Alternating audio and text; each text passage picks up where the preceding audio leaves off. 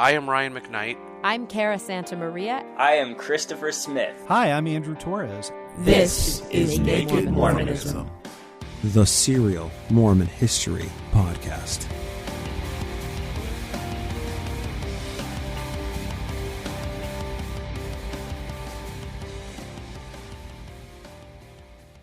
Does evil exist?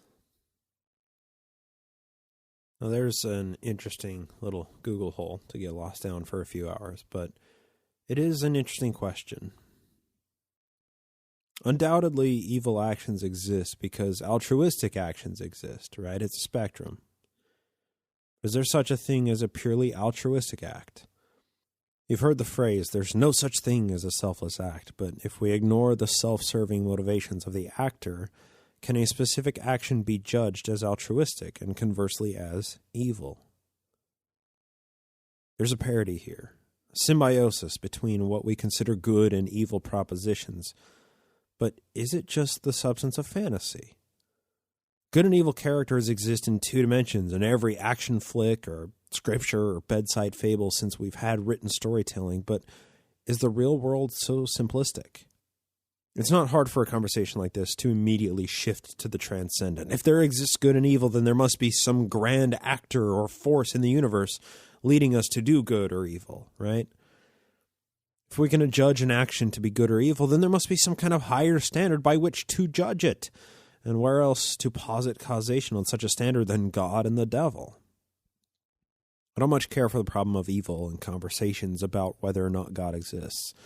That subject has been debated by people far more intelligent than yours truly for centuries. What I'm talking about stops before we get to that transcendent level. If evil actions exist, does evil exist? Are evil actions merely a manifestation of something we all live with every day? Evil.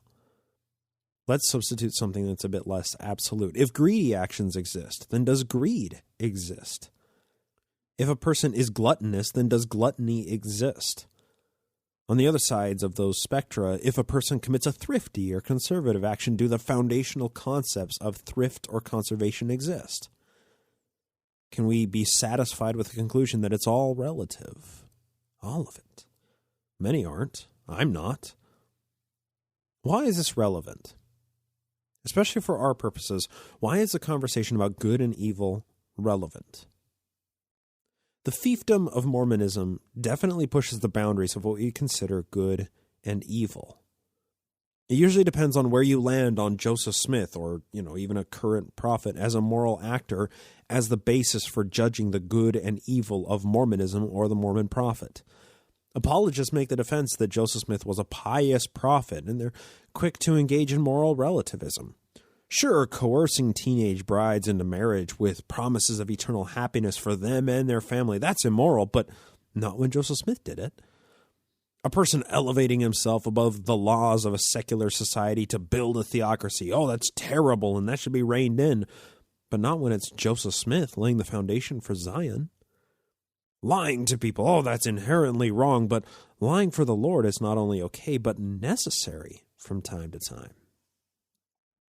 It's hard to view Joseph Smith in his entirety and claim that he was all good or all evil, but people have been doing just that since he was alive. Almost exclusively, the dividing factor has been whether or not the writer or the person talking about him considered him to be a prophet of God or a fraud, a huckster. Making character assessments of this guy can be a challenge. It's always important to examine the context in which he did each specific action to determine how he aligns on this seemingly arbitrary good and evil spectrum. It can be an even greater challenge to determine his motivations for any individual action. I think the sole motivation of self-preservation holds a lot of explanatory power. Self-preservation, however, has so many dimensions. Preservation from what? From being arrested, certainly. From having his reputation tarnished in any way, that usually played a role. To preserve his position atop his criminal empire in Nauvoo, that motivated him to do all sorts of things we would consider immoral or evil. To preserve the secrecy of his clandestine activities. Most of his actions were conducted in the shadows, making it a never-ending endeavor for historians to determine what really happened in Joseph Smith's Mormonism. The long and short of it is, Joseph Smith did what he felt like he had to do in order to be able to keep doing what he wanted to do, and also to sanctify his legacy for generations to come. Self-preservation, preserving what he wanted, that alone can explain a lot of Joseph Smith's actions throughout his entire life, and especially in Nauvoo. So why the Philosophy 101 lesson to begin today's show? Well, we're going to get into that at the end of the main segment. Just hang in there with me. Joseph Smith had momentarily beaten the legal system. He was released on the writ of habeas corpus, but now he had evidence that Missouri was currently formulating an airtight extradition warrant that would be much harder to win on a legal basis. With Joe back in town, it was time to hold annual city elections, which was met with some understandable resistance, which we'll get to very soon here. Before the elections could be held, Joe decided it was a good idea to expand the Nauvoo government even further. The thing is, they'd built Nauvoo government patterned after similar city ordinances and whatnot, but other city charters and ordinances didn't map perfectly to the needs and desires of Nauvoo.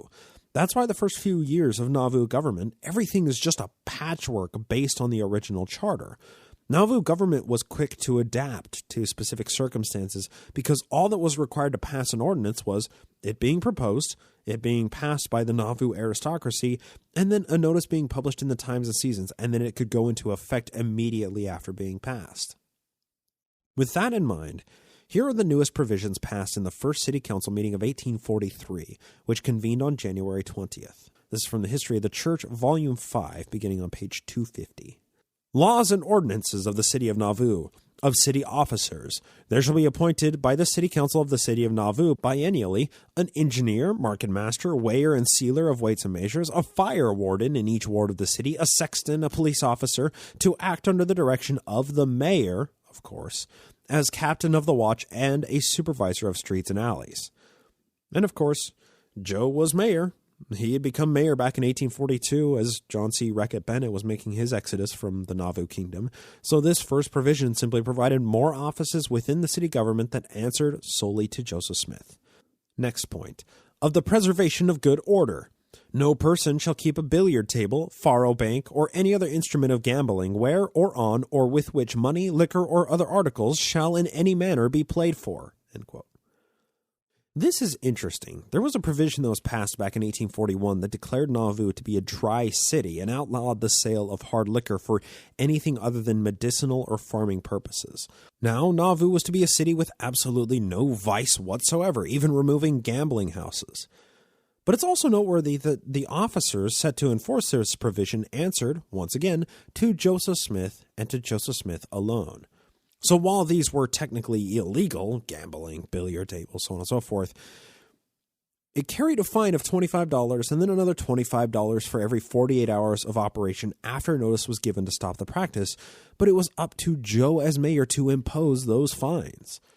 It's really easy to see how, if Joe's back was getting scratched by the owner of said gambling establishment, he might be a little bit more lax in enforcing this regulation. But, of course, if one gambling house was scratching Joe's back and another one wasn't, the provisions now existed in Nauvoo law for Joe to fine the latter gambling house out of existence. See, laws are only as good as their enforcing agents. Now, the other three sections of that provision, on face at least, seem to be good ideas.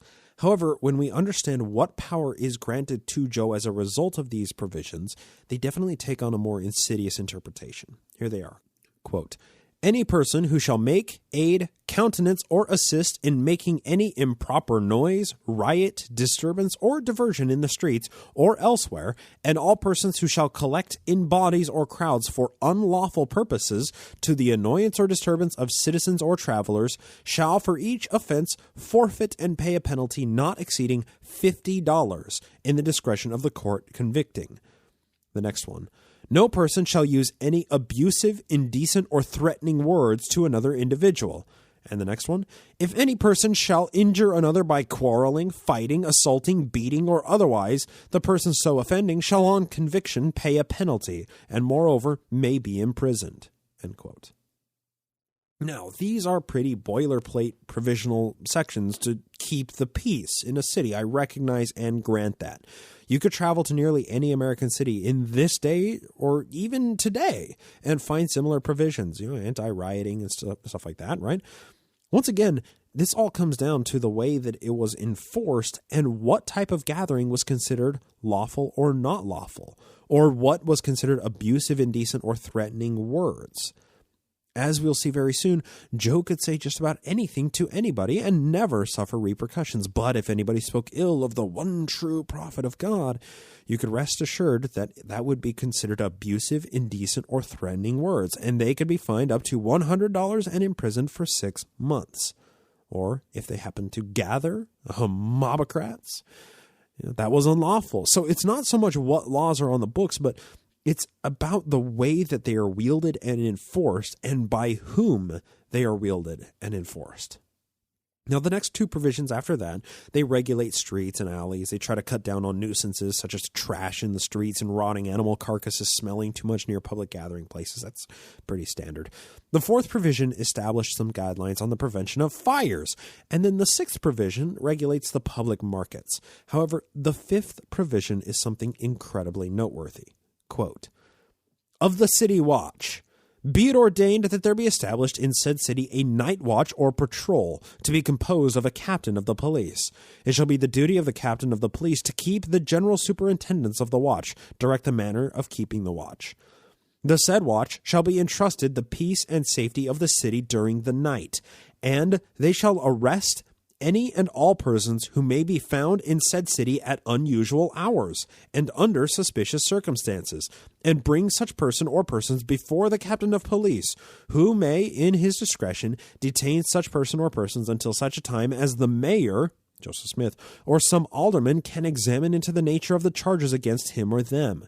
They shall also stop all riotous or improper noises during the night, and may arrest offenders as aforesaid, and exercise such a discretion in preserving the peace and quiet of the city as may be proper and salutary."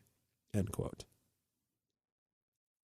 Not 3 months before this, when Joe was, hiding, evading arrest by the Adams County Sheriff, he declared martial law in Nauvoo, and he established the Nauvoo Legion to constantly be on guard at every street corner.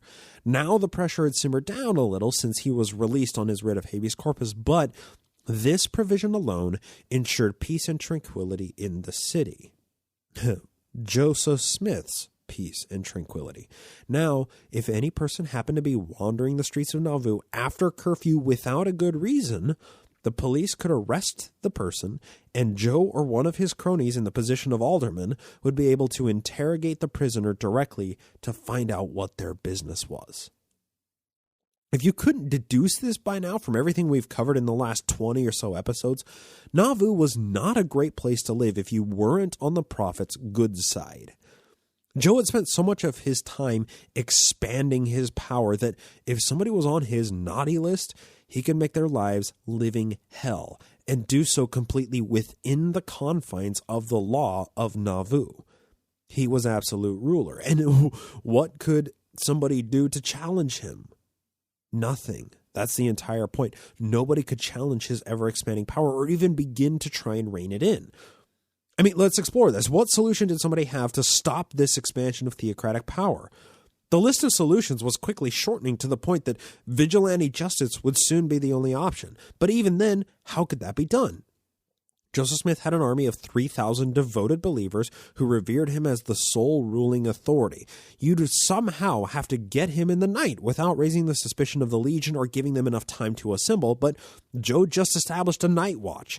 You could be certain that there would be at least one police officer outside his house guarding him at all times of the night. You could try to get him in the daytime, but you'd be seen coming a mile off and would never be able to get past his first line of bodyguards.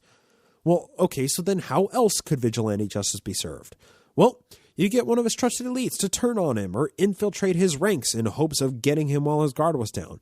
But Joe was smart, and he knew he had thousands of enemies, with only a few minor exceptions, one of which we'll be getting into in the coming episodes. He was very smart about who he allowed into his tightest circle of elites. Anybody trying to remove the prophet from his throne had no realistic opening to effect a plan. And thus we see the power structure of demagogues, right? This is what Joseph Smith always wanted and what he had always planned on doing. This is exactly what he tried to do in Missouri before the state militia drove him and the Mormons out of their state. Another piece that kind of makes all of the interlocking pieces here even more interesting is how Joe was able to finance all of this, right? The Nauvoo Charter was passed in late 1840. It had established a number of organizations which allowed people to purchase stock in those organizations. Section 124 of the Modern Doctrine and Covenants even requires some people by name to buy certain amount of stock spoken by the mouthpiece of God. But before they were even established by decree of the Nauvoo Charter, Joe had taken on well over $100,000 in personal debt in land purchase agreements. By signing all these agreements, Joe had essentially held most of Nauvoo in his name. Then he'd turn around and sell it to Mormons at an increased value to try and repay those debts that he took on. But the Mormons were largely destitute, just having been removed from the state of Missouri and being religious refugees. So that regularly amounted to Joe just simply handing over land deeds to his trusted elites, who would then go on to speculate on that land that had already been inflated from speculation long before it came into Joe's possession. So what all this means is when loans and speculation drive up the price of everyday commodities, when gold and silver is nowhere to be found and not coming into the city from any outside sources, how are goods to be traded? Well, rag money. Bogus and counterfeit had been a constant in Mormonism since at least the Kirtland Safety Society Anti-Banking Company and likely long before, but counterfeit money and rag notes were beginning to run completely wild in Nauvoo by early 1843. This was a problem for many reasons, chief of which was that the government wouldn't take rag money as payment for taxes. For that matter, most business outside of Nauvoo wouldn't take Nauvoo rag money for any goods whatsoever. So the wild speculation surrounding land and various public works projects caused the value of this rag money to fluctuate wildly, and even eventually led to different degrees of counterfeit money having different counterfeit values. In a time before Andrew Jackson's Specie Circular of 1836, these problems would have less of an impact, but now they were becoming a real problem to Joseph Smith and other Mormon elites. And of course, to compound complications even further, many of the Mormon elites had been relieved from their personal debts by being granted bankruptcy status at the end of 1842. However, the state of Illinois refused to grant such status to Joseph Smith, so his personal monetary concerns were a bit heavier than most of his acolytes. With all of this context in mind, the annual Nauvoo elections were in order. Votes were, of course, unanimous. But a man named Benjamin L. Clapp saw the strings being pulled, and he raised a worthy complaint, which was heard by the mayor, Joseph Smith. It's from the History of the Church, Dan Vogel edition, volume 5, page 257. Quote, I rode on to the hill to inquire about the caucus which was held there the previous evening, Davidson Hibbard presiding, and Brother Benjamin L. Clapp, chief speaker, reporting that Joseph and Hiram had attempted to take away the rights of the citizens, referring to the slim election of the last city council. Esquire Higby, Dr. Foster, and Hiram Kimball, being concerned, gave those present a blowing up. I corrected the error and returned home. End quote. Yes, because Joe was mayor and all his aldermen and councilors were his fellow Mormon elites, any opposition raised by anybody, regardless of if that opposition had any merit or not, could easily be quashed. Voicing dissent in Nauvoo earned nothing but your name's addition to Joe's proverbial naughty list. And we know what happens to people at the top of Joe's naughty list. Well, food for the Mississippi catfishes. But all was not peaceful in the kingdom on the Mississippi. Dissent raged among many trusted elites, and they were dealt with appropriately. Concerns of the fiscal responsibilities of Nauvoo and the cloud of debt hanging over the city eventually overtook the subject of discourse in many places Joe found himself in public gatherings. February 11th marked Election Day. Unfortunately, historians can't construct what took place in this meeting beyond what the history of the church documents. However, given what was recorded, you can feel the tension in Joe's speech here. Most of the concerns must have involved properly paying members of the Nauvoo government. You'll see what I mean by that, but everything in this passage has an undertone of a crisis situation where there doesn't seem to be any money in the city, and it's way behind on its open tabs. This is how the exchange is recorded in the history of the church. Quote, "At 10 o'clock attended the city council. 7 new councilors sworn in. I prophesied to James Sloan, city recorder, that it would be better for him 10 years hence not to say anything more about fees, and addressed the new council, urging the necessity of their acting upon the principle of liberality, and of relieving the city from all unnecessary expenses and burdens, and not attempt to improve the city, but enact such ordinances as would promote peace and good order, and the people would improve the city. Capitalists would come in from all quarters and build mills, factories, and machinery of all kinds. New buildings would arise on every hand, and Nauvoo would become a great city. I prophesied that if the council would be liberal in their proceedings, they would become rich, and spoke against the principle of pay for every little service rendered, and especially of committees having extra pay for their services. Reproved the judges of the late election for not holding the polls open after 6 o'clock, when there were many wishing to vote. Judges were George W. Harris, Daniel Spencer, and Benjamin Warrington." Joe's problem, as he sees it here, is that every city officer, city official, is being paid for their services. And that's the problem. That they need to pass things that would promote peace and good order, and then people would flock to the city. Capitalists would come in and make the city so much better. It is just incredible. After that, Bob the Builder, Robert D. Foster, he took a stand against the ticket as it stood, but of course to no effect. Quote, "Dr. Robert D. Foster took an active part in electioneering for the opposition ticket and obstructing the passage to the polls. The council elected James Sloan, city recorder, Henry G. Sherwood, marshal, William Clayton, treasurer, approved William Wines Phelps as mayor's clerk, Dimmick B. Huntington, William D. Huntington, Lewis Robison, and John D. Parker, constables, Alanson Ripley, surveyor, James Allred, supervisor of streets, Dimmick B. Huntington, coroner, James Sloan, notary public, Theodore Turley, weigher and sealer, Henry G. Sherwood, market master, William Wines Phelps, fire warden, Sidney Rigdon, city attorney, and Samuel Bennett, market inspector for the city. A board of health was established to consist of Joseph Smith, William Law, William Marks, and Samuel Bennett." End quote. So, sure, Robert D. Foster could voice opposition, but to what end, right? I mean, it had absolutely no effect, and Joseph Smith was elected, and all of his cronies were given their same positions in the city government that they'd held before, or their power was expanded by appointing them to new boards and offices in addition to their old positions. This was no election. It was a dictatorship masquerading as a democracy. It was exactly what Joe had envisioned all along, his theo-democracy with himself at the top. The skeleton of Talos was near completion. The next passage, in my opinion, is rather remarkable. Since the new provisions were passed and the new offices of market management were created with the recent bill passages just a week and a half prior, the next item in the meeting had to do with establishing a market center in Nauvoo. Now, why I find this remarkable is that the Mormons had been settling this area for nearly 5 years by this point and had never yet established a market center before this business item came up in city council. Why is that remarkable? Because everything, and I mean just about everything in Nauvoo, was done in the wrong order.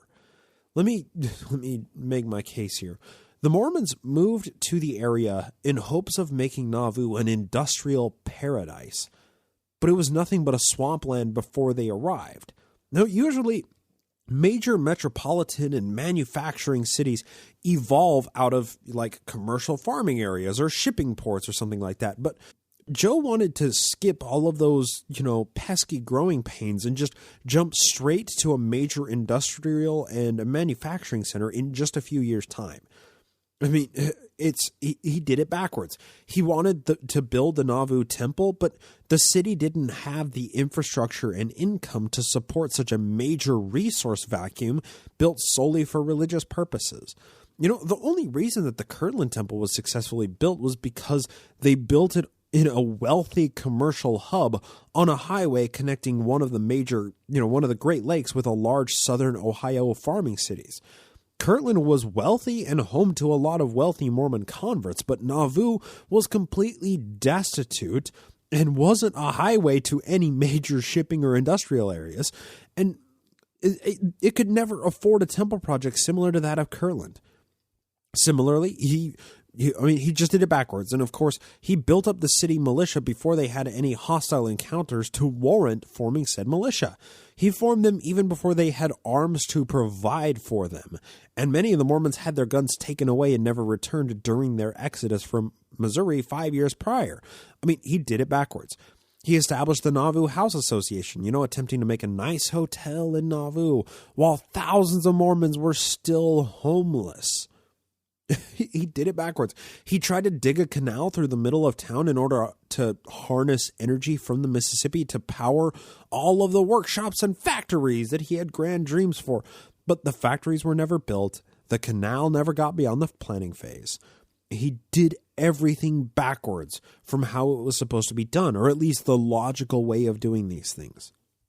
So after nearly 5 years of settlement, it was time to put in place a central market complex in Nauvoo where goods could be more easily traded about instead of just, small businesses dotting the city with no rhyme or reason. But because Joe knows better than everybody else on everything, it wasn't resolved without a bit of contention. He's the prophet after all. What reason did they have to question him? From the History of the Church, Volume 5, quote, "The council resolved that a market be established in the city. It was proposed to build 2 markets, but I told the council that if we began too large, we should do nothing. We had better build a small one at once to be holden by the corporation, and if that would support itself, we would go on to build another on a larger scale. That the council should hold an influence over the price of the markets." Ooh, free market capitalism, right? "So that the poor should not be oppressed, and that the mechanic should not oppress the farmer, and that the upper part of the town had no right to rival those on the river.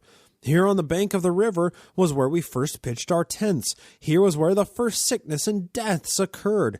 Here has been the greatest suffering in the city. We have been the making of the upper part of the town. We have located the temple on the hill, and they ought to be satisfied.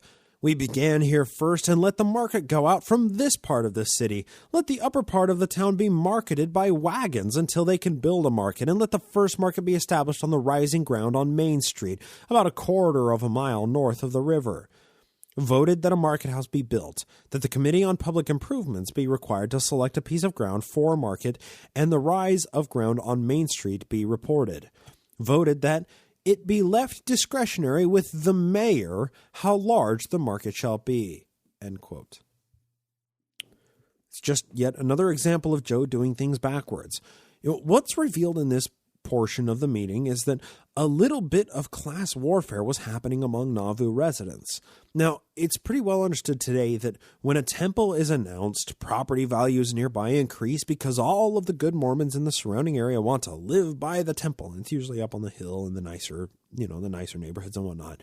Now, this phenomenon obviously encourages speculation, land speculation. Even today, this happens. That started in Joseph Smith's day, and the Nauvoo Temple was his crowning jewel of land speculation and playing favorites. You see, Nauvoo was divided into 2 main sections. If you haven't been there, it's kind of hard to describe, but there was the hill in town where the temple was being built, which is about a mile inland from the banks of the Mississippi River. Then there were the flats below the Temple Hill, where the majority of Nauvoo residents live. Now, the area on the top of the hill was where the wealthiest Mormons lived, and the majority of heavy infrastructure was devoted. Most brick homes were built up there, and they were usually built the earliest because that's where the most trusted Mormon elites were, or the wealthiest Mormon elites. The flats, that's where more people were, but they had less money among them than those living up on the hill. So the argument here seemed to be to what extent Nauvoo could build a market that would bring in the most money with the least overhead. That's business 101, right? So would a large market or a couple of smaller markets be more cost effective? And if they only went with one small market to begin with, where was the best location? The city had about 8,000 people at this time. That required a lot of goods and services, which seems to make reasonable sense, that a large market where the most people could access it would probably stimulate the quickest growth. However, if you're going with small markets, starting small in hopes of expanding, wouldn't it make the most sense to put a small market near the most wealthy residents to bring in the immediate income with less overhead and then expand to the lower residents once enough money had come in to justify that expansion? I mean, sure, that's favoring the richer class in Nauvoo, but I fail to see how any other American city has ever done it differently, right? But because Joe was king of Nauvoo, the last line in that passage is important. Voted that it be left discretionary with the mayor how large the market shall be. So at the end of the argument, it all came down to Joe getting his way. That shouldn't surprise anybody. All of his actions here can be summarized by greed for power combined with gross incompetence. That and the need to be the guy in the room at all times with all the answers, squashing any dissenting voices. That's kind of part and parcel with the whole, greed for power and gross incompetence.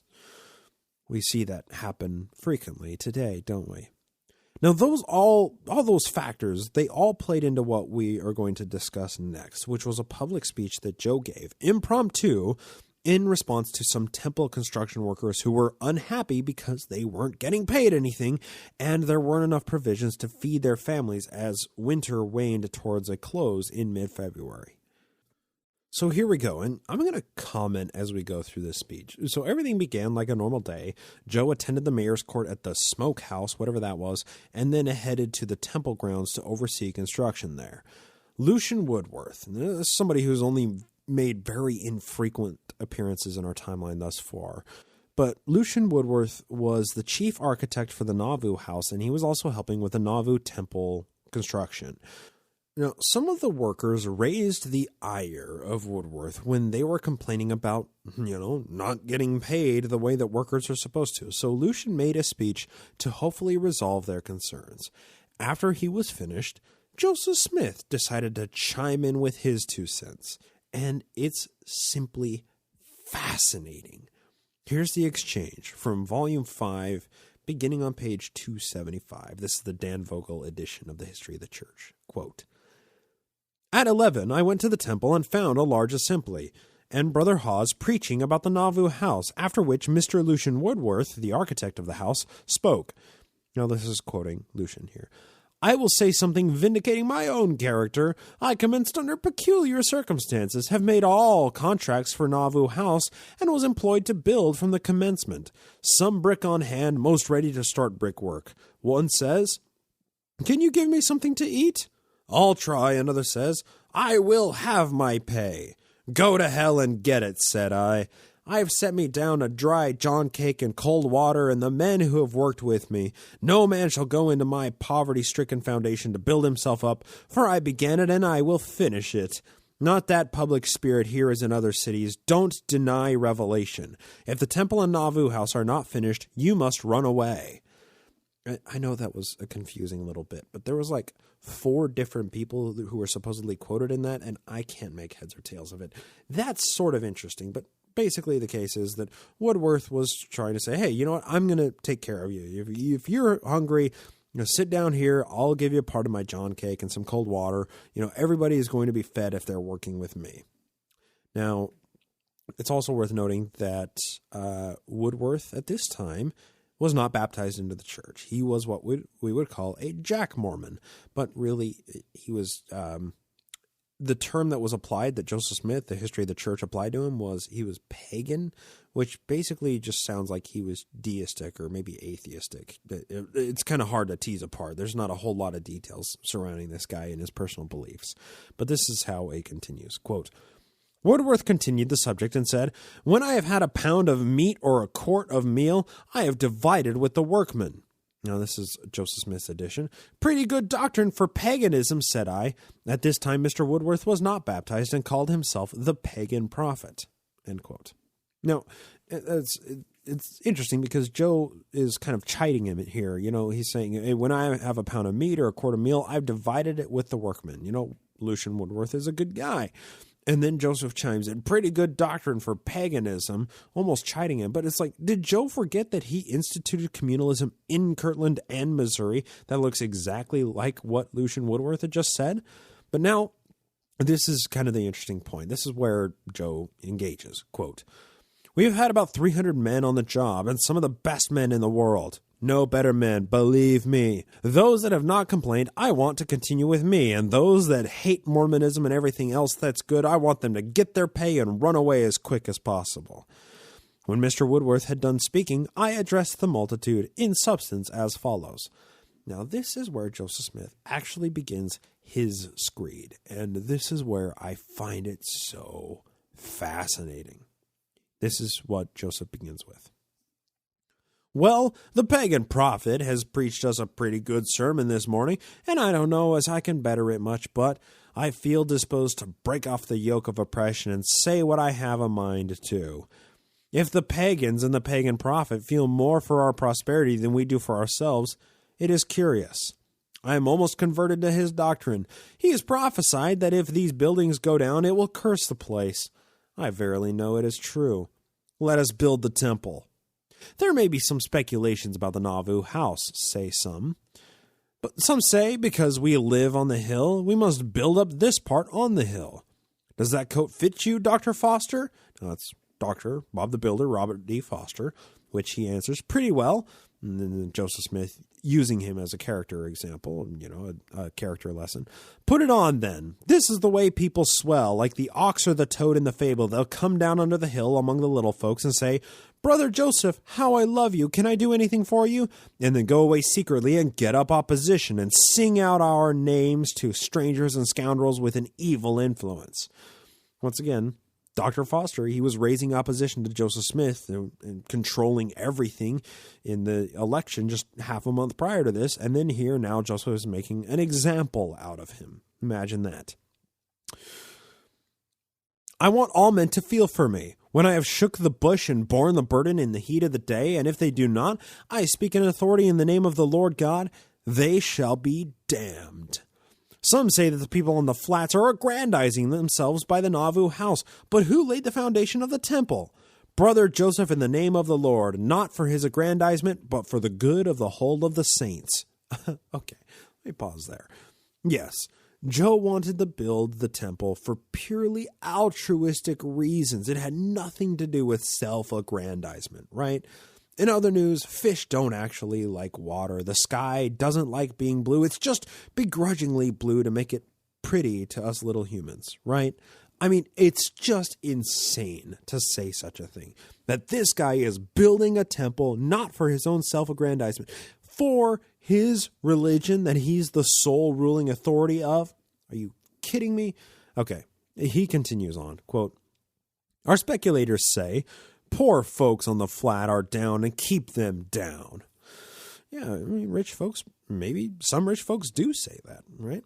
How the Nauvoo House cheats this man and that man, say the speculators. Those who report such things as facts ought to hide their heads in a hollow pumpkin and never take them out again.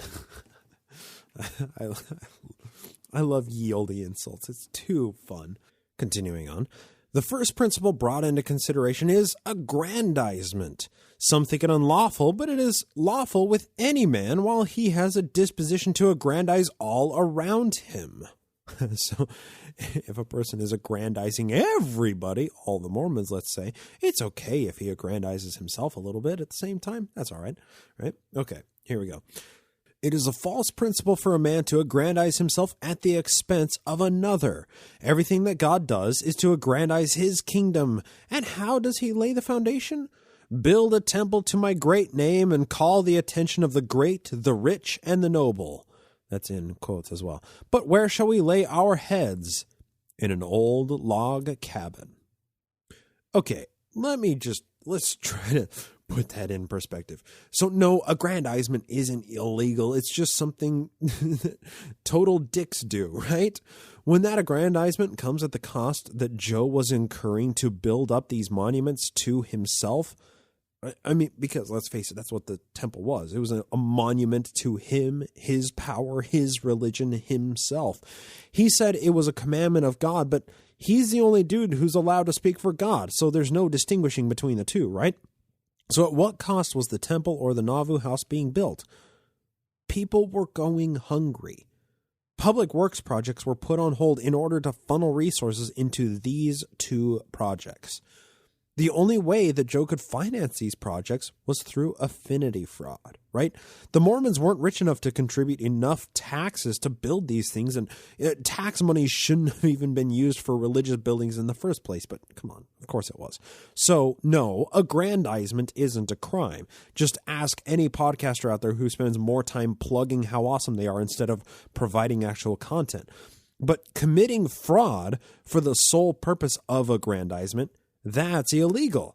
And also, it makes you a total dick, right? The resulting dissent from these two competing projects, the Nauvoo House and the Nauvoo Temple, and everything else that was suffering as a result of it, that is all just the inevitability of dividing up the town the way that it was and locating the projects where they were. So sure, the Nauvoo House, it was down on the flats. It had a great view of the temple, and it was right on the banks of the Mississippi. So it could see all of the rich people living up on the hill, and all of the people living up there on the hill had a great view of the people all living down on the flat. But, they were closest to the temple. They were the most trusted elites. But this is a social structure that's existed in nearly every society, right? Rich and poor people, whether by organic happenstance or deliberate planning, often congregate near each other. The temple for the rich people and the Nauvoo House for the poor people, that just played into these old social structures and served as catalysts for contention among the Mormons. But then, what I find even more interesting is, Joe ends this little screed about division in the most condescending way. When people ask, he put this in his own quotes, but where shall we lay our heads? That's, the destitute construction worker who's donating one in every 10 days to construct these projects as their tithing. In an old log cabin, Joe answers, as he lives in one of the most largest and well-furnished homes in the town with half a dozen teenage female house servants. I mean, Joe just ascended to about the ultimate in dickhood here, right? But just wait, because Joe's childish little screed wasn't over. He still had specific people to call out. Here we go. Quote, I will whip Hiram Kimball and Esquire Wills and everybody else over Dr. Foster's head, who, instead of building the Nauvoo House, build a great many little skeletons. See Dr. Foster's mammoth skeletons rising all over town, but there's no flesh on them. They're all for personal interest and aggrandizement. But I do not care how many bones there are in the city. Somebody may come along and clothe them. See the bones of the elephant yonder? As I pointed to the big house on Mulholland Street, preparing for a tavern as yet uncovered. The crocodiles and man-eaters all about the city, such as grog shops and card shops and counterfeit shops, etc., got up for their own aggrandizement, and all for speculation, while the Nauvoo House is neglected. Those who live in glass houses should not throw stones. Really? Joseph Smith, you're saying that?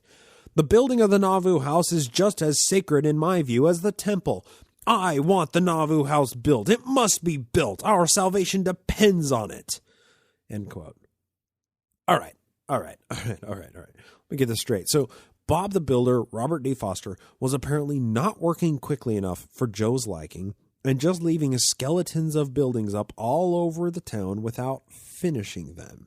And Joseph claims that was all for his own aggrandizement. But, I mean, put this in perspective. Robert D. Foster, Bob the Builder, he was one skilled carpenter in a city that needed hundreds of buildings done, and there's only so many hours in a day. Instead, Joe threatens to whip him and any other dissenters who aren't working hard enough to his liking. Did Joe ever lift a hammer in all of this? That's an important question. He did help a little bit every so often, but Joe spent most of his days in meetings or traveling around town to see friends or hanging out in his own house that Robert Foster built for him. Joe lived a very posh life. I mean, really, come on. When you compare it with the other people in Nauvoo who were actually using the squares and compasses to build the town itself. Now, I'm sure his condescension was recognized by at least some of the people who were present, especially because this whole screed was crafted in Joe's mind to respond to people who were mad at him. And I also love how he elevates the Nauvoo House to the level of importance that the temple held. I mean, God commanded us to build a temple, but we also need to finish my super swanky, awesome house too. It's just as important to God, not to me, to God. I mean, it doesn't get any less terrible from here. Please bear with me as we continue to get through this speech. Quote, "When men have done what they can or will do for the temple, let them do what they can for the Nauvoo House. We can never accomplish one work at the expense of another. There's a great deal of murmuring in the church about me, but I don't care anything about it. I like to hear it thunder, and I like to hear the saints grumble, for the growling dog gets the sorest head." Wow. Yes, Joseph Smith said that to a bunch of people who were angry at him. The growling dog gets the sorest head. "If any man is poor and afflicted, let him come and tell of it, and not complain or grumble about it." I mean, that paragraph alone says a lot about Joseph Smith's personality, doesn't it? I like to hear it thunder. I like to hear the saints grumble, for the growling dog gets the sorest head. He's not wrong. I just don't like what it says about him, that this was his rationale and way of answering when people had problems with the way he was conducting himself. He continues, "The finishing of the Nauvoo House is like a man finishing a fight. If he gives up, he is killed. If he holds out a little longer, he may live. I'll tell you a story. A man who whips his wife is a coward. When I was a boy, I once fought with a man who had whipped his wife. It was a hard contest, but I still remembered that he had whipped his wife, and this encouraged me, and I whipped him till he said he had enough. Brethren, hurry on to the Nauvoo House thus, and you will build it. You will then be on Pisgah's top, and the great men will come from the four quarters of the earth and will pile the gold and silver into it till you are weary of receiving them. And if you are not careful, you will be lifted up and become full of pride." Oh, really? Joseph Smith is telling these workers who are building his projects that they're going to become full of pride? Really? Really, Joseph Smith? Those in glass houses should not throw stones. You said it yourself. "And will be ready to destroy yourselves, and they will cover up and clothe all your former sins, and according to the Scripture, will hide a multitude of sins, and you will shine forth fair as the sun, clear as the moon, and you will become terrible like an army with banners." End quote. "Just finish the Nauvoo House, and all the rich people of the world will give us their gold and silver, and all your sins will be covered up." Wow. Doesn't that say a lot? Most notably that Joe regarded what was happening with finances in Nauvoo as a sin.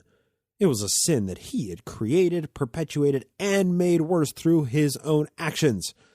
But of course, he's laying blame at the feet of the people that he had screwed in all of the Nauvoo financial dealings.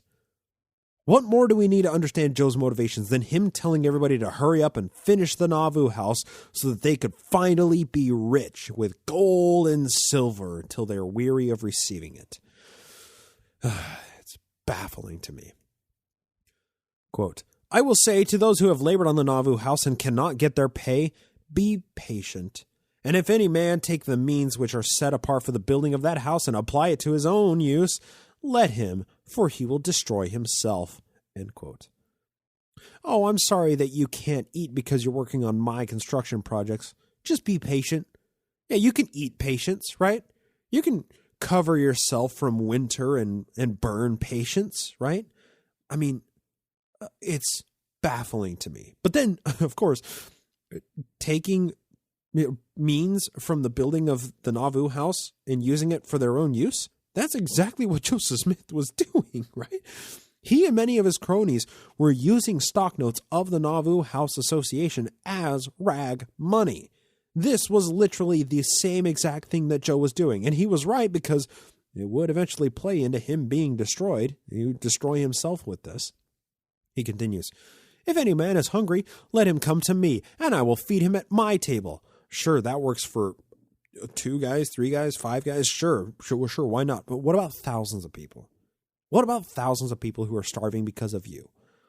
If any are hungry or naked, don't take away the brick, timber, and materials that belong to the Nauvoo house, but come and tell me, and I will divide with them to the last morsel, and then if the man is not satisfied, I will kick his backside. I mean, that started generous. Oh, if you're hungry, I'll take care of you. But once again, it ended with violent resolution, right? If somebody's hungry, don't use materials designated for the Nauvoo house to feed yourself. I'll take care of your problems. I'll feed you. I'll be your savior. I have a plan. And if you aren't satisfied, prepare to have your backside kicked. Joseph Smith was so generous, wasn't he? Quote, "There is a great noise in the city, and many are saying there cannot be so much smoke without some fire." Really? Really? There can't be smoke without some fire. Well, be it so. If the stories about Joe Smith are true, then the stories of John C. Bennett are true about the ladies of Nauvoo. Joseph Smith said that. And he says that the Ladies' Relief Society are all organized of those who are to be the wives of Joe Smith. Ladies, you know whether this is true or not. It is no use living among hogs without a snout. This biting and devouring each other I cannot endure.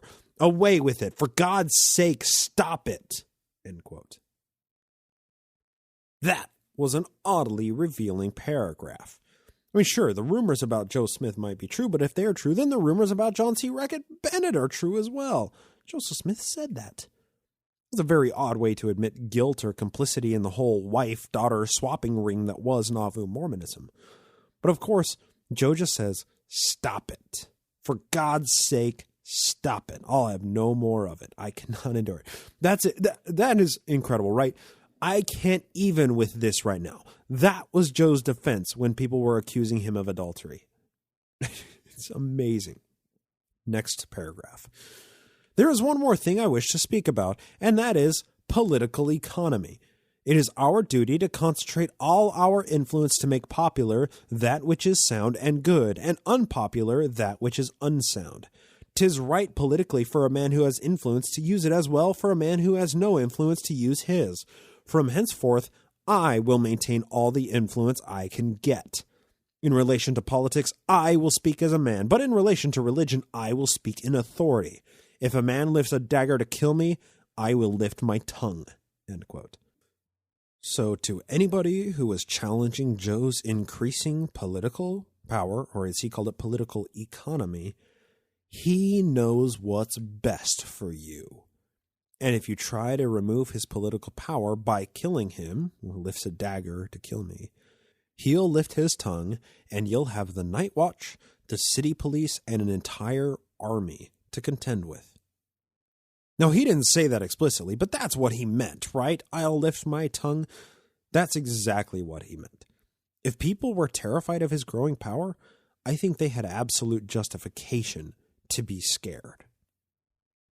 Quote, "When I last preached, I heard such a groaning. I thought of the Paddy's eel when he tried to kill him. He could not contrive any better way to do it, so he put it in the water to drown him. And as he began to come to, 'See,' said he, 'what pain he is in now, how it wiggles his tail.' So it is with the nation. The banks are failing, and it is our privilege to say what a currency we want. We want gold and silver to build the temple in Nauvoo House. We want your old nose rings and finger rings and brass kettles no longer. If you have old rags, watches, guns, etc., go and peddle them off and bring the hard metal. And if we will do this by popular opinion, we shall have a sound currency. Send home all banknotes and take no more paper money. Let every man write back to his neighbor before he starts for him to exchange his property for gold and silver, that he may fulfill the scriptures and come up to Zion bringing his gold and silver with him. I have contemplated these things a long time, but the time had not come for me to speak of them till now. I would not do as the Nauvoo House Committee have done, sell stock for an old storehouse, where all the people who tried to live in it died, and put that stock into a man's hands to go east and purchase rags to come here and build mammoth bones with." End quote. Okay, so that's kind of a bit to unpack here, but the overriding point is that this passage reveals the danger of apocalyptic preaching, right? Sell all of your stuff and give the proceeds to the church to decide what to do with it. No more watches, rings, brass kettles, old clothing, even guns. Peddle all of it off and bring your rich friends into town so that we can build these buildings with gold and silver, just like Jesus commands us in the scriptures. This is completely dangerous, but it was also nothing new, right? Utah couldn't be built for white American settlers without the existence of public speeches just like this. Theocracy, especially that of an apocalyptic Zionist flavor, is absolutely dangerous. The leaders of said theocracies are absolutely dangerous as well. That's the 19th century Mormon prophets for you. And that also says nothing that he put those plans into place, right? He started the Nauvoo House Committee. He created the stock for it. And then he gave the rag money, that he's calling it now, to people in exchange for them buying stock into the house. He commanded people. That's section 124 of the Doctrine and Covenants. He commanded people to do this. And now he's speaking ill of those people. It's just incredible. It's just somebody who lives on a mountain of lies. That's Joseph Smith. He continues, as a political man in the name of old Joe Smith, that's his dad, of course, I command the Nauvoo House Committee not to sell stock in the Nauvoo House without the gold or silver. We must excuse Brother Snyder, for he was in England when the committee sold stock for the storehouse. I leave this subject. End quote.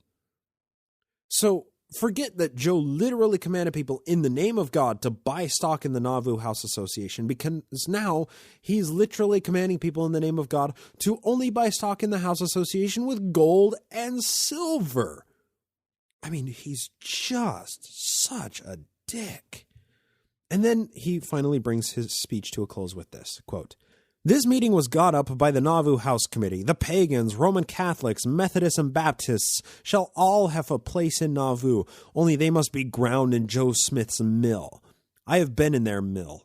I was ground in Ohio and York states in a Presbyterian smut machine, and the last machine was in Missouri, and the last of all, I have been through the Illinois smut machine, and those who come here must go through my smut machine, and that is my tongue. As I closed, Dr. Robert D. Foster remarked to the assembly, much good may grow out of a very little, and much good may come out of this. If any man accuses me of exchanging Nauvoo stock for rags, etc., he is mistaken. I gave $1,000 to this house. This he said upon his own responsibility, and $50 to the Nauvoo Relief Society. And I mean to build Joseph a house, and you may build this, and I will help you. I mean to profit by this, and I will divide the mammoth bones with you. I am guilty of all of which I have been charged. And then Joseph Smith replies, I replied, the doctor's mammoth bones are skeletons, and as old Ezekiel said, I command the flesh and sinews to come upon them, that they may be clothed. End quote. Now, when I first started transcribing parts of this speech into the show notes here, this speech just kept on giving. Every paragraph is worse than the previous. Everything Joe said in here revealed something about his character. And that's why we just went through the whole thing from top to bottom with, only minimal cuts here and there. What's even more important is to consider the context in which this speech was given. Okay, Nauvoo Mormonism under Joe's leadership was a great deal many things, right? Cohesive and tranquil are not fitting descriptions. Now, I know people can and often do point to so much of what happened in Nauvoo and call it, religious persecution, but that completely abdicates any responsibility that Joe had in matters, and it further ignores all the context and series of his own decisions that led him to Carthage. Now, what I mean by that is history is filled with dictators and demagogues. Often we ascribe some judgment call of good or evil, which often hinges on just how far in the past these people were, or whether their quest was motivated by secular or religious purposes, right?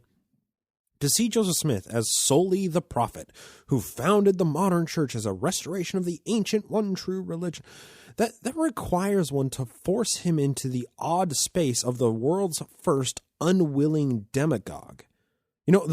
That makes Joseph Smith the only theocratic dictator in all of human history who happened to find himself atop a nearly sovereign empire against his will.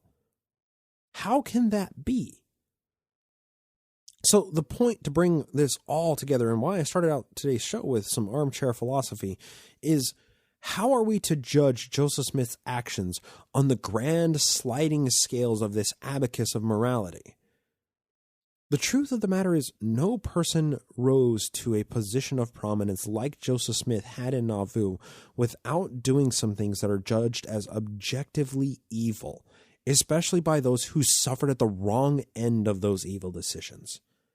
But are we to judge a person's actions as good or evil based on the subjective interpretation of their contemporaries? Well, that's not really fair, is it? So where does that leave us?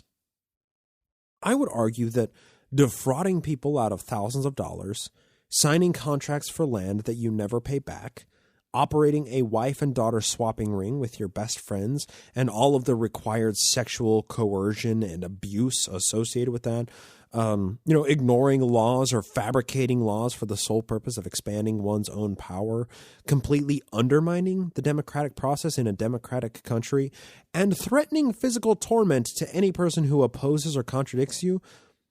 And all of these actions are predicated on the founding of a religion that was known by the founder to be completely fabricated by him.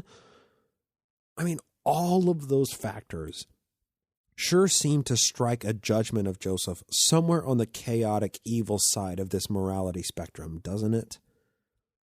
There was a recent talk by Elder Lawrence Corbridge of the 70, where he said that there are primary issues and secondary issues in the church. I'm kind of summarizing here.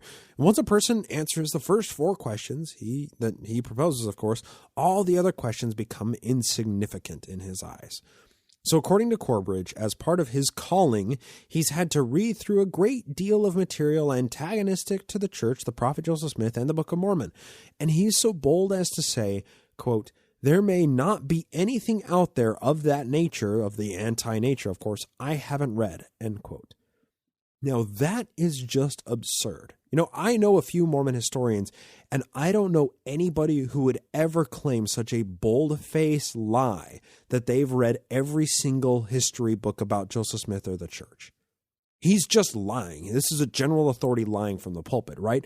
But after that, he proposes the 4 quote-unquote primary questions, as he calls them, and I think these questions reveal a great deal about his own cognitive dissonance. Here they are.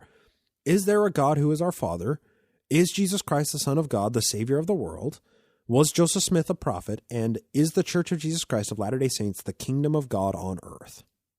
Now, questions 1 and 2 are absurd and invalid propositions if you don't grant the existence of God, so we're not going to deal with them. But question number 3 is so fascinating to me. Was Joseph Smith a prophet? Well, that's kind of a foundational question the entire religion is built upon, right? When I look at Joseph Smith, if not for my childhood programming, the word prophet should be the furthest word from anybody's mind when they study this man's history. He was a great deal many things, but prophet? In order to get there, you first have to A, prove that God exists, B, that this God interferes in people's lives, and C, that he chose this one random white guy in 19th century America to do all of these things and bring about the one true religion. If all of those steps can't be proven beyond a person's subjective bosom being burned, then what are we even doing here? Joseph Smith was a compulsive liar. He was a demagogue, a dictator who always set himself atop an ever-expanding religious empire. He was such a horrible human being that he couldn't be touched by government officials because they feared it would spark America's first holy war. Joseph Smith was never arrested because he was a prophet of a religion that people didn't like. There was always, every single time, a secular explanation. So, with all of that said, if evil exists the way that greed and gluttony exist, yeah, Joseph Smith was an evil man. And to that 4th question, is the Church of Jesus Christ of Latter-day Saints the kingdom of God on earth? Well, there's no set of logical propositions that could lead a person to ever ask that question. But if it is, then this God is a capricious, despicable deviant who can only build his earthly kingdom on lies and corpses. So yeah, apparently this God is just as evil as his self-proclaimed representatives.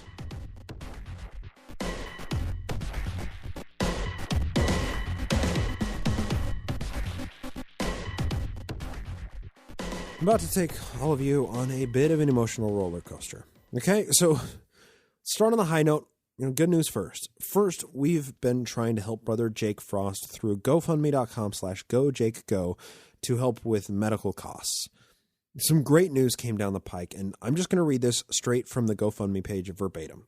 It says, quote, "Behold an update from Jake himself. Hi all, I am so grateful for all the donations made.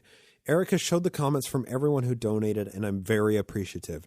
Everything is going well at therapy so far. I've been making progress walking, and I should be mobile in the next couple of months. I can now talk, use technology, groom, eat, and make snarky remarks to all the nurses all by myself. Things are going fairly well, considering everything, and I am remembering more and more. I'm looking forward to heading home in 1 month to continue working on my recovery. Thanks again for your generosity. Signed, Jake." And then his wife, Erica, adds this in. "Going through a life event like this is something you never want to do. But if you have to do it, having a community like this one we have makes it so much more bearable. Thank you for helping us with the unexpected costs that have and will pop up due to everything. Having to worry about money less is a huge blessing. In gratitude, Erica." End quote. So yes, it looks like Jake is doing better every day, and it does also sound like he has a long way to go. But altogether, the GoFundMe raised $30,847, and it was closed by the Frost family just this last weekend. Now, I'm just going to say that again. This community of ex-Mormons or post-Mormons or whatever kind of flavor of Mormon these groups want to call themselves raised over $30,000 for one of our friends in need. That is absolutely incredible. And the most incredible part of it is that's money that never needs to be repaid. It comes with no strings attached, and it doesn't come with the condition that the Frost family keep paying their tithing in order to continue getting this much needed financial support. It was given through pure altruism to somebody who needed the world to show them that the world cares. So with all of that said, we did a fundraiser on this show to help out Brother Jake. So I still have another treasure dig to do on this show for people who donated it and sent in their receipt to nakedmormonism@gmail.com. So that's going to be next week. So with that high note, I'm afraid I have to take things down to a bit of a somber place here. So if you want to shut off the show right now and keep this euphoria going, this high note, you're welcome to. Feel free to. I'm not going to fault you for that. Because what we're about to talk about, it's not good after this, okay? So I want to tell all of you about somebody. But before that, I'm going to give you a little snippet of Mormon history to preface what I'm about to tell you. A man named William Lamartine Thompson was born in 1847 in Ohio. Now, Thompson was a member of the Church of Christ, also known as the Temple Lot Mormons or the Hedrakites. By the 1880s, Thompson had established a successful music store and composing and songwriting business. He wrote dozens of popular hymns, and his hymn, Softly and Tenderly Jesus is Calling, was actually sung at the funeral for Martin Luther King Jr. Well, in 1904, this is 5 years before Thompson's death, he penned this. "Have I done any good in the world today? Have I helped anyone in need? Have I cheered up the sad and made someone feel glad? If not, I have failed indeed. Has anyone's burden been lighter today because I was willing to share? Have the sick and the weary been helped on their way? When they needed my help, was I there?" And while this is indeed a hymn that is used by multiple factions of Mormonism, including the Brighamite and as well as some Southern Baptist congregations, that first verse is completely secular, and I think it captures something that we should frequently consider. On an individual basis, if we don't leave this world better than we found it, then what are we even doing here? What is the point of life if we aren't striving to make it better for those around us and for ourselves? So with that in mind, I want to share with all of you a little bit about a friend of mine, Deborah Taggart. Some of you may know Deb from her screen name, Heretic Woman. Deb has truly been a force for good in the world of atheism and skepticism for at least 5 years that I am aware of anyway. I first interacted with her on the original Atheists on Air with Cash and Professor Steven, and she started her show Beyond the Trailer Park in early 2015 and has done it weekly since then for 180 episodes now. The truth of the matter is, Deb has helped a lot of people get started in the atheist and skepticism community. She had David Michael, Cash, and myself on for episode 9 of her show, which that was extremely early in my podcasting career, and she's had me on 4 or 5 times since then.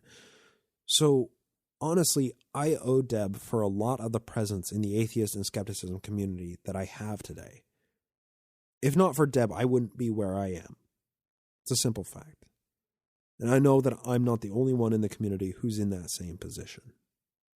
Well, Deb has devoted the last 5 years of her life to being a force for good in this community. She frequently hosts on the Holy Crap vlogcast, and she's made the rounds on most of the big-name atheist podcasts. She's been a guest on this show, on the Nemo Hangouts, and on the Glassbox podcast, offering her wealth of knowledge on the history of religions to anybody who is willing to lend an ear. The people she's helped in the way that she's helped them could only be enumerated in a volume of books. Deb is truly an incredible person with an amazing legacy in this community, and I'm very sad to say that our community lost this shining star at the beginning of this week. We lost a force for good. Deborah Taggart unfortunately passed away in her sleep the morning of January 20th, 2019.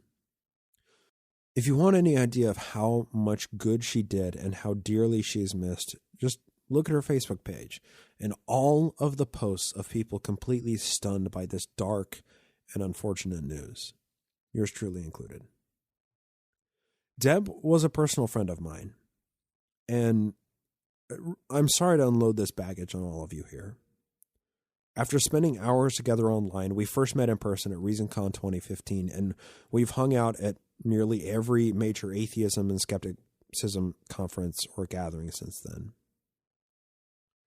She's been at the front lines, fighting against religion and bullshit, and I've been honored to be a fellow soldier in that fight for nearly as long. But more than being a force for combating religion dogma, Deb has done so in a positive way, which is a really hard line to toe. There are few people in this world who have impacted so many people in a positive way as Deb. Her pool of friends is better described as an ocean. She's fought religion and bullshit with love. It's a hard thing to do, and forging a network of friends and loved ones every step of the way. She was truly a genuinely good human being, and that's a label that very few people in this world deserve to wear. And I gotta be honest, this is a time when I wish that religion was right.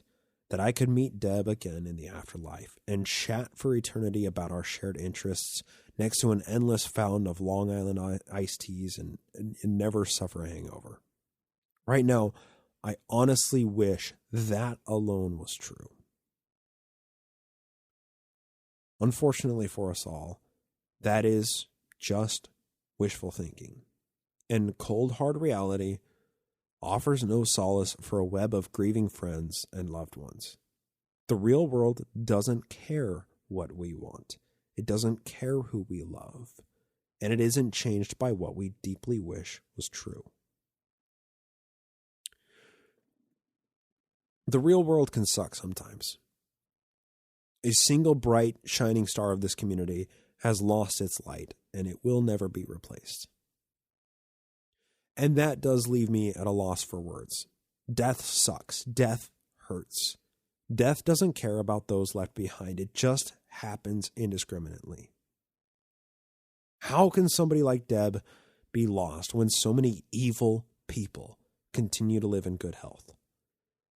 Why did the universe see this injustice as acceptable when our world is rife with greater injustices every day? With the passing of Heretic Woman, the world as a whole just got a little bit worse. So, where does that leave us? These morose feelings will pass. The yearning for another moment with Deb will eventually fade, as do all trifling emotions. What's left behind is much deeper and richer than these feelings of injustice and sorrow.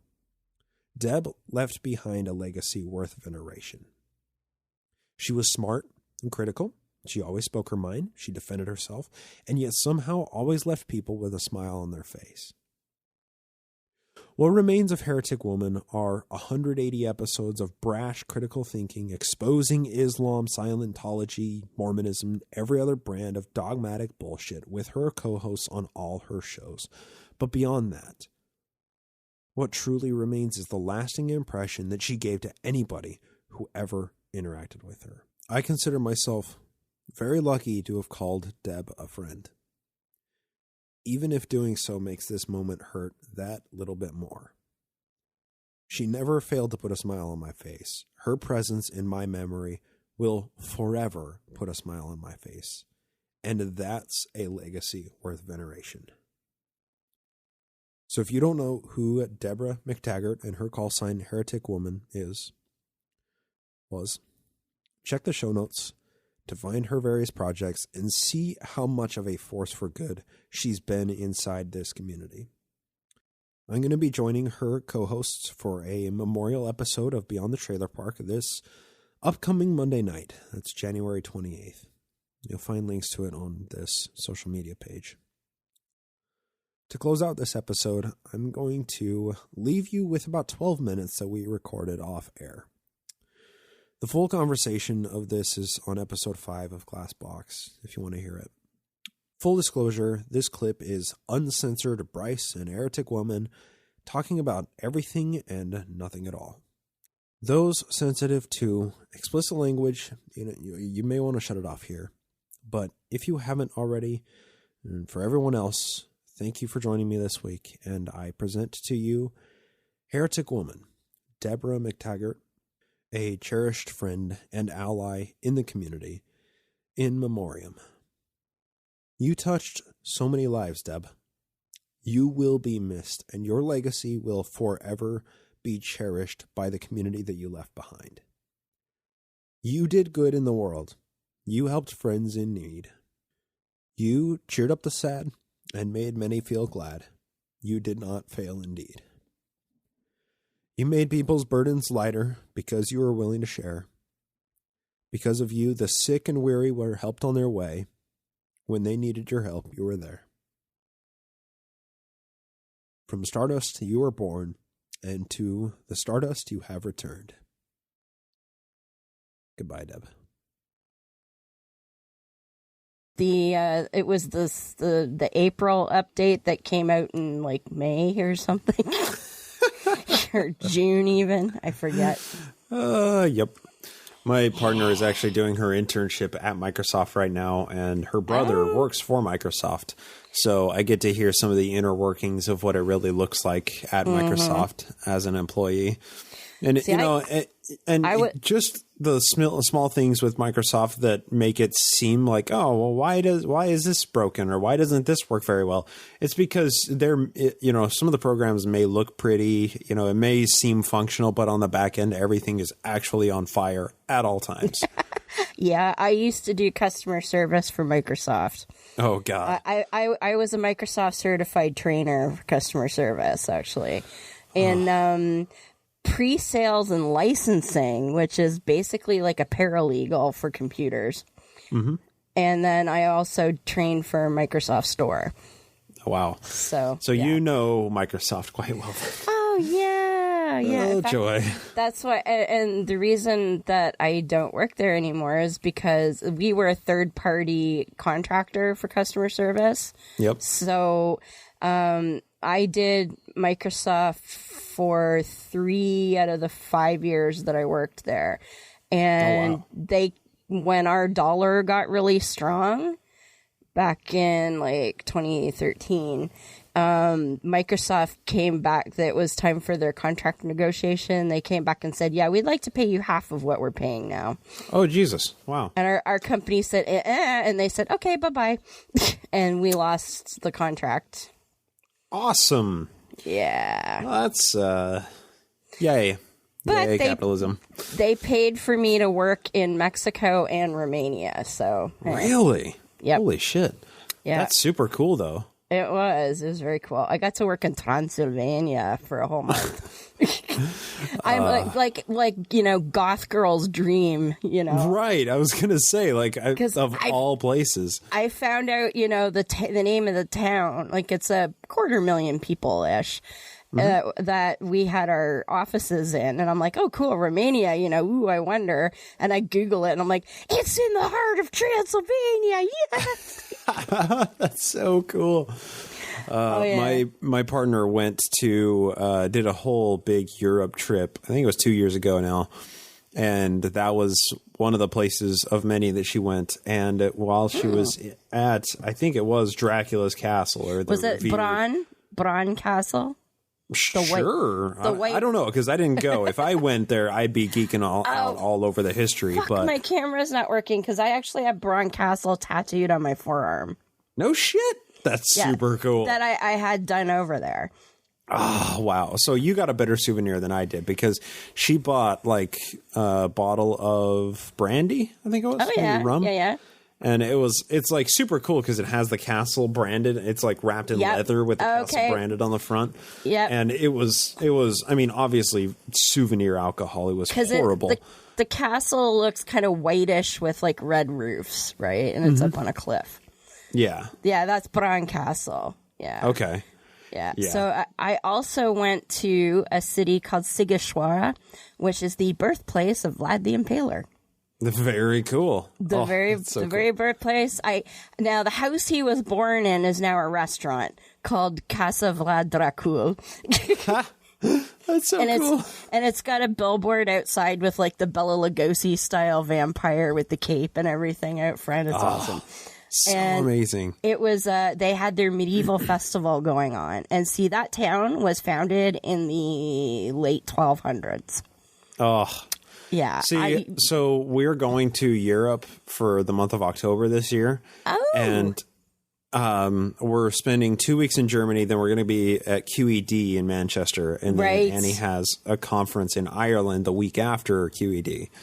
So we're super stoked about it. But we just keep, we have a shared Google Doc that we've just been copying and pasting stuff that we want to do. Yep. We're only going to get to maybe a tenth of it, but we just have a ton of options of cool stuff that we want to go see. And it keeps striking me repeatedly every time we do this is wow, every one of these buildings and these cool museums and these old cathedrals that I want to go into, they're older than America. For history, that's such a crazy nerds concept. Like us, it's So first of all, you're talking about good souvenirs. So my best suit, the tattoo is good, but what does one bring back from Transylvania, really? I mean, a silver steak? Close. An actual vampire bat in lucite from Sigishwara. Oh, that's fucking amazing. With the little fangs and everything. It's awesome. Everybody's that's super badass. Everybody's like, oh my God, is that a dead bat? I'm like, yep. You're like, hell yes it is. It's the coolest bat you'll ever see in your fucking life. Fucking right, because it came from fucking Dracula's house, man. But, this is actually one of the best experiences of my entire life, if not the best. Wow. In Brasov was the city that I was working in. It's also a medieval city, and the downtown area is old as fuck. Mm-hmm. And they have in there, just off to the side of their town square, is what they call Basilica Negra, which is the Black Church. Called because in the 17th century, there was a fire in the city, and the outside of the church got all sooted and stuff, and it was black. Okay. But it's a 13th century originally Catholic cathedral. Oh my God. And 13th century, you can smell the stone in the place. That's so cool. And Damn it Oh, has that's so cool. it has within its walls a 17th century 4,000 pipe organ, Oh my God. which they do bi-weekly twice a week. They do concerts in there. God, that'd be so fucking cool to see. So I know we're not even on show stuff yet, but No, this is all you gotta show stuff here. You gotta hear this. So the first time I went, so this was like the last week I was there. I was there for 4 weeks. So the last week I was there, and keep in mind, I was working all during the week, but I had all the weekends off. So that's when I went to Sigashora, and we went to Bron Castle and a bunch of other places and whatnot. But so the concerts were on Tuesday nights and Thursday nights. So the last week I was there, on the Tuesday night, I went, and they had a mixed composers for the concert, which was phenomenal. And I mean, you're sitting in this ancient cathedral, and like I said, you're smelling the stone, and this was in July, so it was hot as fuck. And Of course. They don't have air conditioning in this old ass castle? That's crazy. you don't need it, because in the cathedral it was cool because you're surrounded by ancient stone. Oh, So wow. It's like a that fucking was- cave or something you're in. Yeah. Oh, very much so. Even though there's stained glass all around. But at that point, that was fine. Oh, I should turn my phone noise off while I think about it. That was very, very cool. So on the way, and before the concert, you could go early and kind of tour around inside the church and stuff. But they didn't allow pictures, which really annoyed me because I wanted to take a shit ton of pictures. Oh, right. So, but what they did was they had a souvenir photo album you could buy, which, okay, so money goes to the church, whatever. They're not Catholics anymore, though. They're Lutherans now. So that's more palatable than fucking Catholics. So I'm like, okay, fine. So the last night I was there was on the Thursday night. I was flying out the Friday morning. And that night, or that day, I got off work early because they knew I wanted to do some stuff before I left. There was a couple of stores I wanted to go to again. And I wanted to go down to Basilica Negra to get one of these souvenir photo books. So, and my colleagues from work wanted to have a farewell dinner. So they had reservations at a restaurant at 8 o'clock or something like that. So I go to the church, and there's a vestibule before you get into the main church part. So that's where they have their place where you buy tickets for the concerts, and you can buy the books, and there's actually CDs that you can buy of the organ too, which I wanted to get. Okay. So I'm in there and I'm getting my book, and I hear somebody speaking English. Okay. And, oh, sorry, I have to backtrack because I missed a piece from when I was there on Tuesday. I had just gotten, all of my arm tattoos that year. In fact, the one on my right arm I got while I was in Romania, too. So, half sleeves. Okay. So, I had all these fresh tattoos. And as I was leaving on the concert on the Tuesday, there was this little old man who was, sort of directing people out through the front door sort of thing. And he obviously didn't speak any English whatsoever, but he smiled at me and he gave me a big thumbs up and pointed at my tattoos, and he was like, yeah, So I was like, all right. cool little old geezer, right? So anyway, go back to the Friday. So I'm buying my book and I hear somebody speaking English, and I'm like, oh, and it turns out there's this family from Ireland there. So I was talking to the Irish folks for a bit, and I'm like, you have to go to the concert. It's amazing, blah, blah, blah. Right. Well, the little old man was there directing people in to do tours and whatever. And he had a sandwich board standing in front of him. And so my favorite of all time for organ is Bach. Nothing to me beats Bach on the organ. Now, the performance I had been to, they played one or two pieces of Bach, but it was mixed composers. So the little old man starts to beckon to me while I'm talking to these Irish folks. He's like, come here. And I'm like, he doesn't speak any English. What does he want? So I go over there, and he smiles, and he starts pointing at the sandwich board, which was a listing of what the concerts were. That night was performing Bach only. Oh, my God. So you were in goddamn heaven. I just holy shit, get me a ticket. Yeah, now, right? How the hell this little old geezer knew that I would want to see Bach, I don't fucking know. Serendipity. God. God wanted. Yeah, it was God, man. But that was my best life memory, is sitting in that ancient church listening to Bach on a 4,000 pipe organ from the 1600s. God. Oh, that's so cool.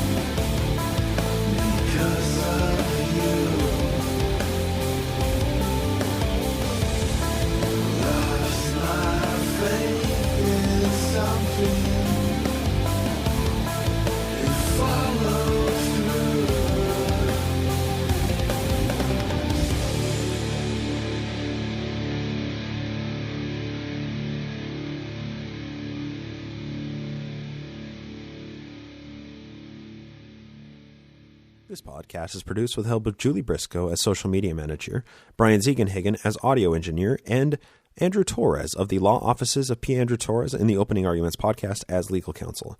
Music is written and performed by Jason Camo of aloststateofmind.com and used with permission.